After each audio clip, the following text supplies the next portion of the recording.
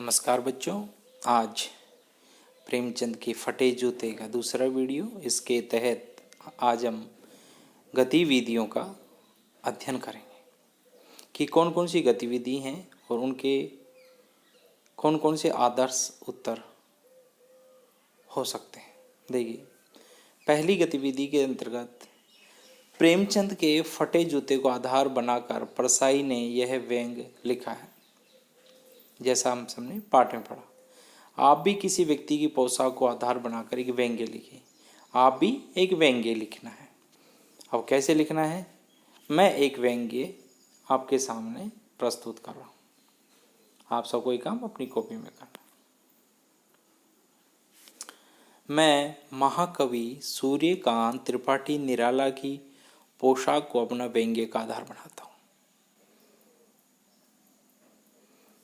ठीक है, छायावादी कवि हैं पंत प्रसाद निराला, तो निराला जी को अपना व्यंग्य का आधार बनाता हूँ, जिसमें उनकी बाहरी वेशभूषा को देख करके अपना व्यंग्य लिखता हूँ। देखिए, जिसमें उनकी तहमत कितनी गंदी है, कुर्ता कंधे पर डाल रखा है, बनियान भी फटा है, पर चले जा रहे हैं मस्त चाल, मानो इलाहाबाद की सड़क इनकी बपोती है।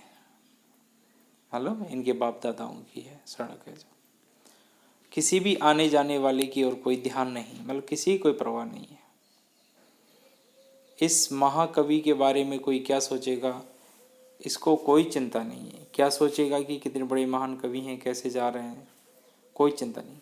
अब देखिए, हाँ, यह माँ से चिंता करते हैं कवि सम्मेलनों में जाते समय। जब कवि सम्मेलनों में जाते हैं तब चिंता करते हैं।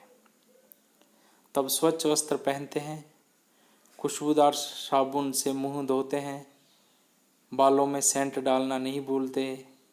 तब इनके ठाठी निराले होते हैं, तब ही इनका नाम निराला सार्थक लगता है।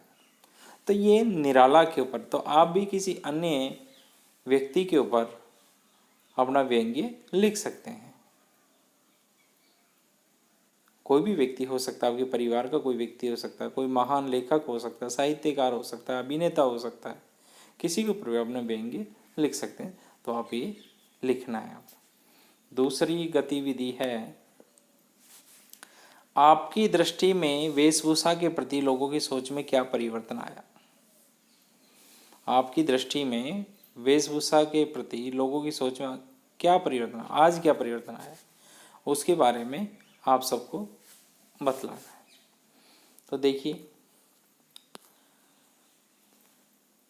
आज लोग वेशभूषा पर सर्वाधिक ध्यान देने लगे। मतलब बाहरी रूपरेखा को सुसज्जित सुव्यवस्थित रखते हैं लोग। उनके अनुसार व्यक्ति की पहचान वेशभूषा से ही होती है, क्योंकि पहचान व्यक्ति की भाई कैसे होती है, आज के लोगों की सोच है कि वेशभूषा से होती है,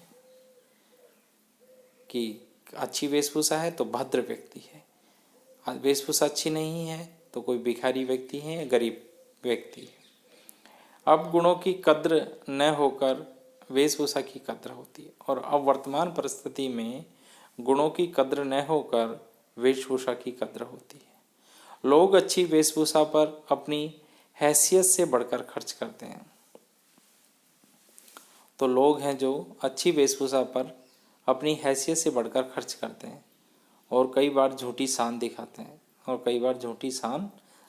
हैं, मतलब अपनी वास्तविक स्थिति को छुपा लेते हैं और उससे कहीं अच्छी स्थिति को लोगों के सामने प्रस्तुत करते हैं, जो उनकी वास्तविक स्थिति नहीं है, अवास्तविक स्थिति को प्रस्तुत करते हैं। तो यही उनकी झूठी शान को दिखाते हैं। आजकल के लोगों की ये सोच है। तो उस सोच के बारे में लोग देखा है कि आज लोग दिखावा की प्रवृत्ति पर ज़्यादा ध्यान दे रहे हैं। अगली गतिविधि 3, आपने प्रेमचंद के फटे जूते व्यंग्य पढ़ा। इसे पढ़कर आपको लेखक की कौन कौन सी बातें आकर्षित लगती हैं। लेखक कौन है, हरिशंकर परसाई जी।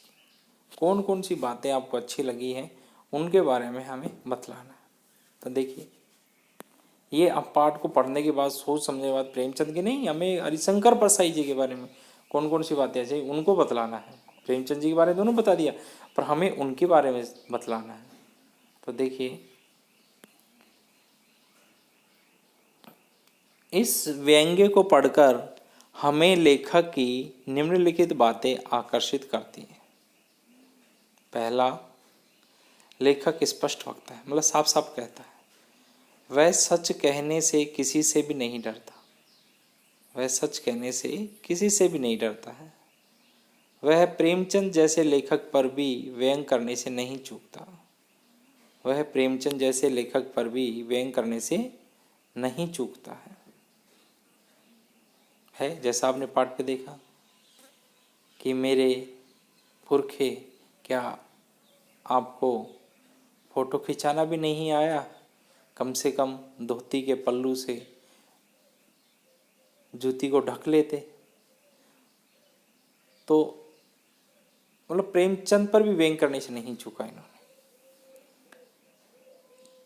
तीसरा, अप्रत्यक्ष रूप से वह प्रेमचंद की गरीबी का वास्तविक चित्रण कर देता है। अप्रत्यक्ष रूप से वह प्रेमचंद की गरीबी का वास्तविक चित्रण कर देता है, मतलब इनडायरेक्ट रूप से प्रेमचंद की गरीबी को वास्तविक रूप से दिखा देता है। तो ये भी हमें बातें इसकी बड़ी अच्छी लगी। चौथा है, लेखक की भाषा शैली सरल है, सुबोध है। तो हरिशंकर परसाई जी की भाषा बहुत ही सरल है और सुबोध, आसानी से समझ में आ जाती है कि किस परिप्रेक्ष्य में बतलानी चाहते हैं, क्या बात बतलानी चाहते हैं, वो आसानी से समझ में आ जाती है। जूते और टोपी की बात करता है तो वहाँ समझ में आ जाता है जूता प्रभुत्व, शक्तिशाली धनी वर्ग को प्रतिनिधित्व करता है। जूता है जो प्रभुत्व, प्रतिनिधित्व, शक्तिशाली, पूंजीवादी, प्रभावशाली लोगों की ओर संकेत करता है। और टोपी है जो इज्जत, मान, प्रतिष्ठा, बुद्धिजीवी वर्ग की ओर संकेत करती है।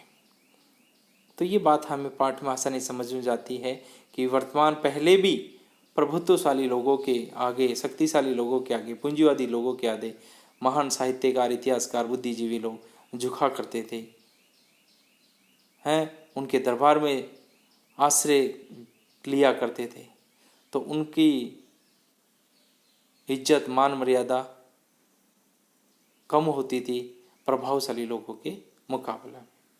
तो उसी को सलाम करते थे जो समाज में प्रभावशाली है। ठीक, क्योंकि जूता एक प्रभावशाली, शक्ति से संपन्न लोगों का प्रतिनिधित्व करते हैं, जिसके आगे बुद्धिजीवी लोग झुका करते हैं। तो ये बात हमें आसानी से समझ में आ जाती है।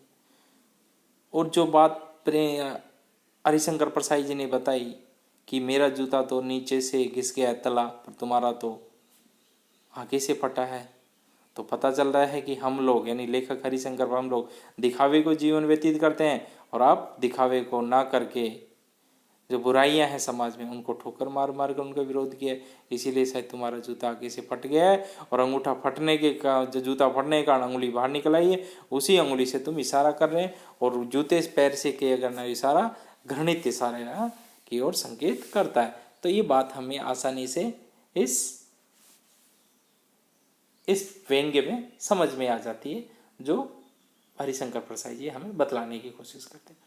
तो इसी तरह आपको इन गतिविधियों से समझना है और इसी से आप भी किसी व्यक्ति के ऊपर एक व्यंग्य प्रस्तुत करके लिखना है।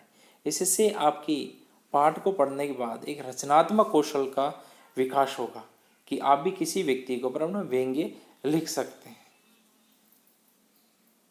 तो इन गतिविधियों को अपनी नोटबुक में लिखना है और समझना है। धन्यवाद।